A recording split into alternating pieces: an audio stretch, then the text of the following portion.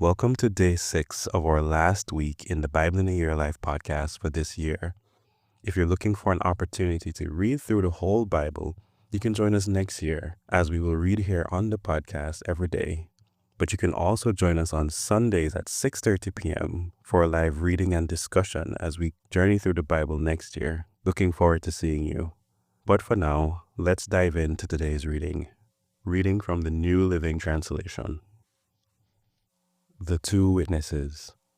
Then I was given a measuring stick, and I was told, "Go and measure the temple of God and the altar, and count the number of worshippers.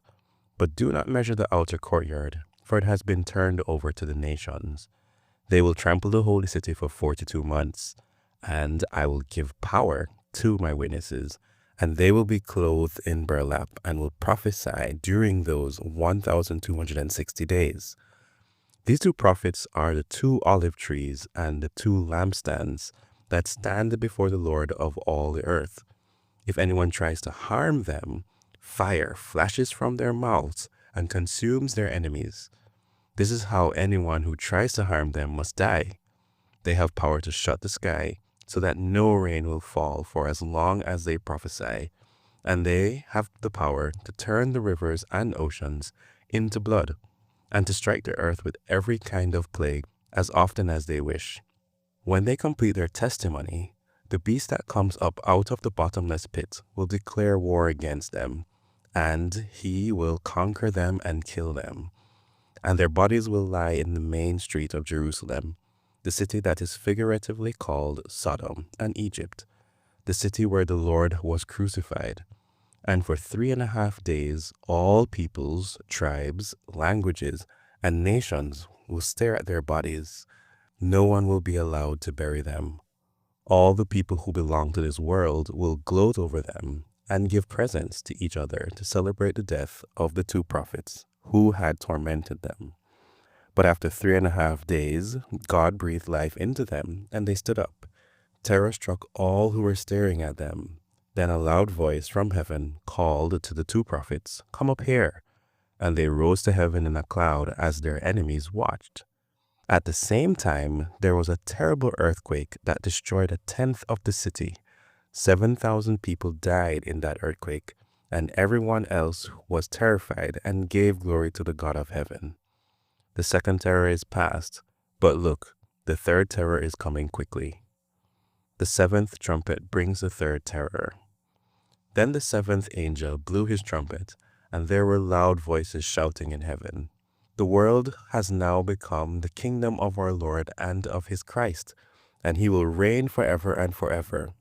The 24 elders sitting on their thrones before God fell with their faces to the ground and worshipped him. And they said, "We give thanks to you, Lord God the Almighty, the one who is and who always was, for now you have assumed your great power and have begun to reign. The nations were filled with wrath, but now the time of your wrath has come. It is time to judge the dead and reward your servants the prophets, as well as your holy people, and all who fear your name, from the least to the greatest. It is time to destroy all who have caused destruction on the earth." Then in heaven, the temple of God was opened, and the ark of his covenant could be seen inside the temple. Lightning flashed, thunder crashed and roared, and there was an earthquake and a terrible hailstorm. The Woman and the Dragon. Then I witnessed in heaven an event of great significance. I saw a woman clothed with the sun, with the moon beneath her feet, and a crown of 12 stars on her head. She was pregnant, and she cried out because of her labor pains and the agony of giving birth. Then I witnessed in heaven another significant event. I saw a large red dragon with 7 heads and 10 horns, with 7 crowns on his head. His tail swept away 1/3 of the stars in the sky, and he threw them to the earth. He stood in front of the woman as she was about to give birth, ready to devour her baby, as soon as it was born. She gave birth to a son, who was to rule all nations with an iron rod. And her child was snatched away from the dragon and was caught up to God and to his throne. And the woman fled into the wilderness, where God had prepared a place to care for her for 1,260 days.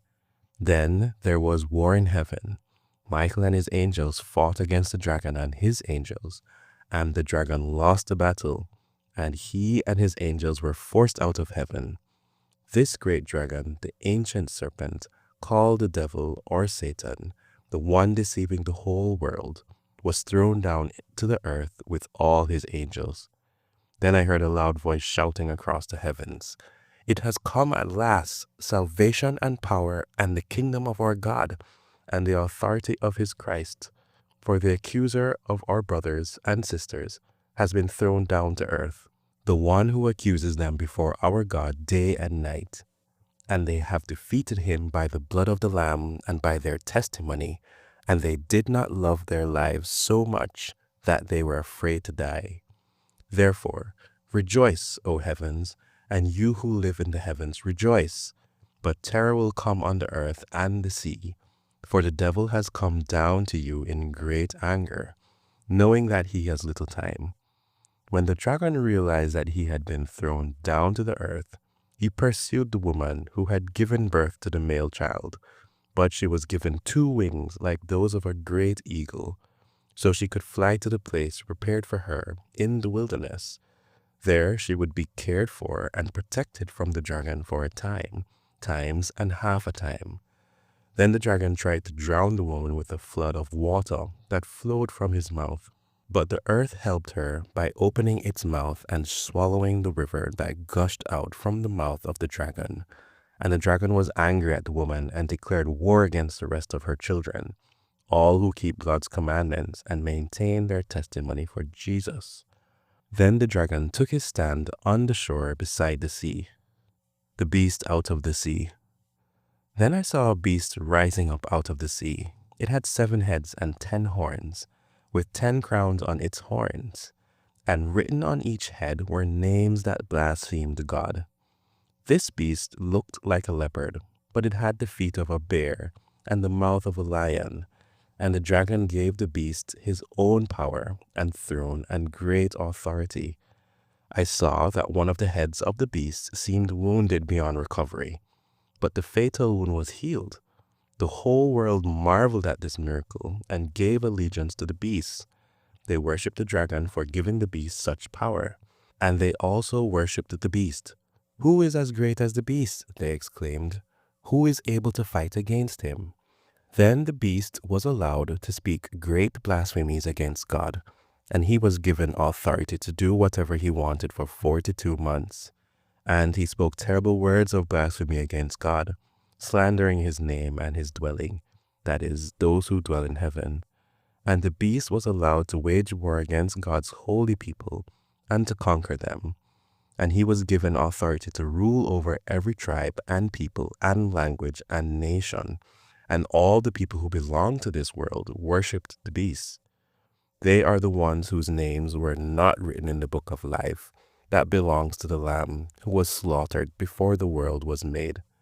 Anyone with ears to hear should listen and understand. Anyone who is destined for prison will be taken to prison. Anyone destined to die by the sword will die by the sword.